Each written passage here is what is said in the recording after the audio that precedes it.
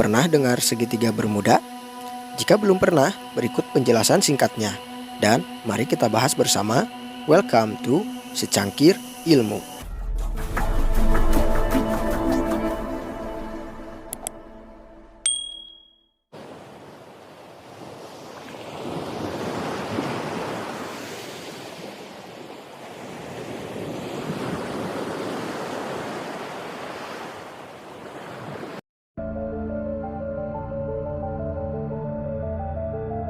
Segitiga Bermuda adalah sebutan untuk wilayah perairan maut yang membentang antara Pulau Bermuda, Puerto Rico, dan Miami.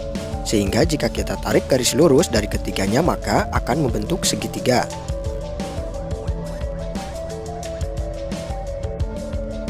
Perairan mematikan ini terletak di bagian utara Samudra Atlantik. Mengapa wilayah perairan ini disebut mematikan adalah karena wilayah perairan ini tidak bisa dilewati baik oleh kapal laut, kapal selam, maupun oleh pesawat terbang. Jikapun nekat melintasi wilayah perairan ini, maka risikonya adalah kehancuran.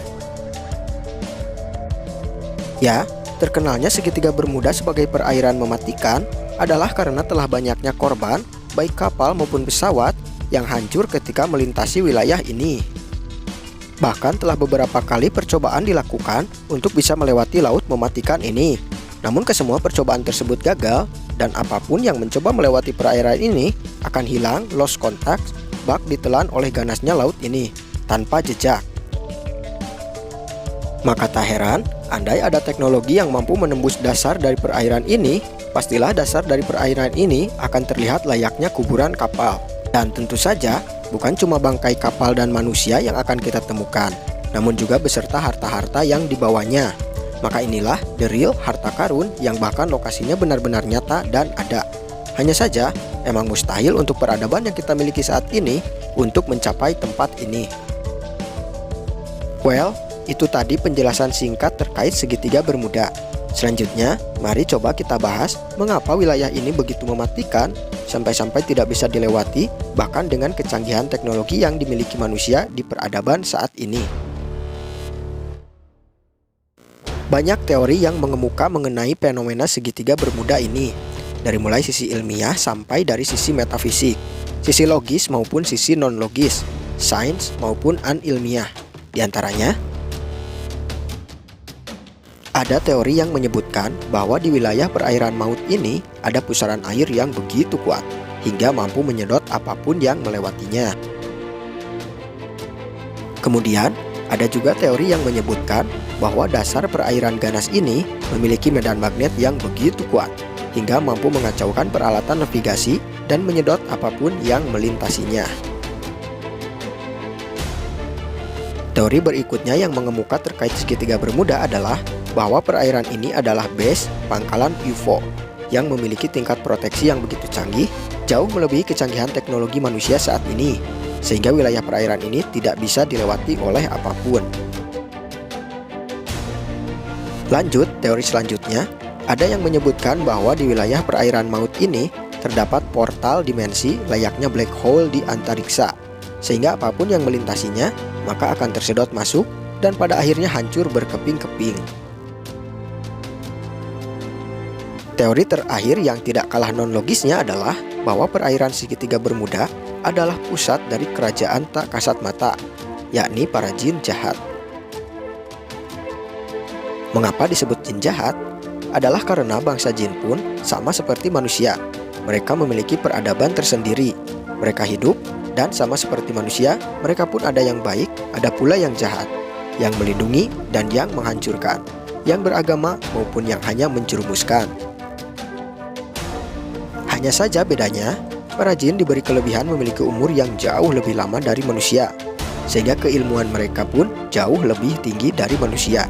Maka imbasnya, peradaban mereka pun jauh lebih maju dari manusia, bukan dari segi teknologinya, namun dari segi ilmunya. Karena teknologi bukanlah tingkat tertinggi dari keilmuan.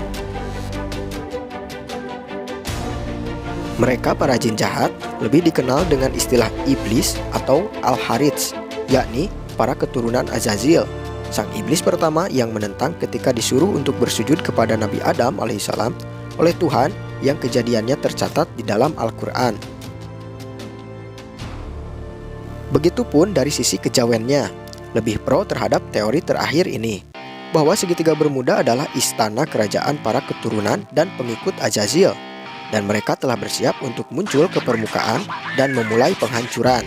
Dan proses ini diyakini para spiritualis telah dimulai saat ini. Bukan dengan serangan frontal secara sekaligus, namun bertahap, dari mulai cara halus seperti begitu maraknya fitnah merajalela saat ini, dipercaya bahwa ini merupakan langkah awal dari serangan besar yang akan dilancarkan kelak. Kita tahu bahwa para jin adalah makhluk yang tak kasat mata, maka tidak akan mungkin mereka melakukan serangan fisik secara terang-terangan terhadap manusia, namun lebih kepada serangan psikis maupun yang bersifat alam.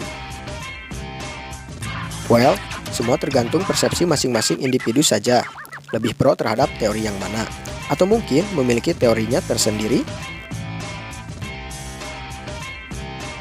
Beberapa waktu lalu sempat menggegerkan publik ketika pilot asal Malaysia, yakni Dion Abu Bakar, berhasil selamat dari perairan terkutuk ini. Dia menceritakan pengalamannya bahwa dia tidak tahu mengapa pesawatnya seperti tertarik sendiri untuk memasuki wilayah itu. Dan di atas perairan maut ini, kabut tebal menutupi jarak pandang dan kompas berputar tak menentu, alarm pesawat pun nyaring berbunyi, mendeteksi bahaya yang mengancam. Di tengah kepanikannya, Dion hanya mampu pasrah dan berdoa kepada Tuhan.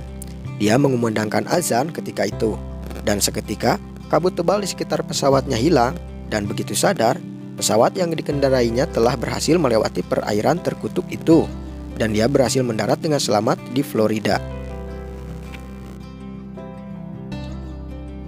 Mungkin masih banyak teori dan kisah mengenai lautan terkutuk ini, namun cukup kita sudahi sampai di sini dulu saat ini, pembahasan mengenai segitiga Bermuda. Bagaimana teori versi kamu? Silahkan tuliskan di bagian kolom komentar. Hatur nuhun.